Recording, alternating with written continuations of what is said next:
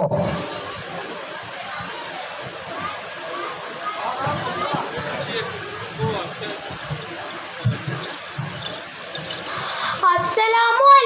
മക്കളെ. ഐഷുമ്മാക്ക് തീരെ വയ്യ. മുട്ടുവേദന കൊണ്ട് നടക്കാൻ പോലും വയ്യ. കണ്ണും കാണാണ്ടായി.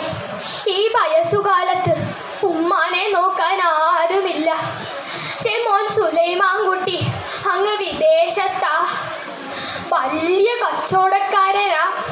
ഓനും കെട്ടിയോളും മക്കളും എല്ലാം വിദേശത്താ.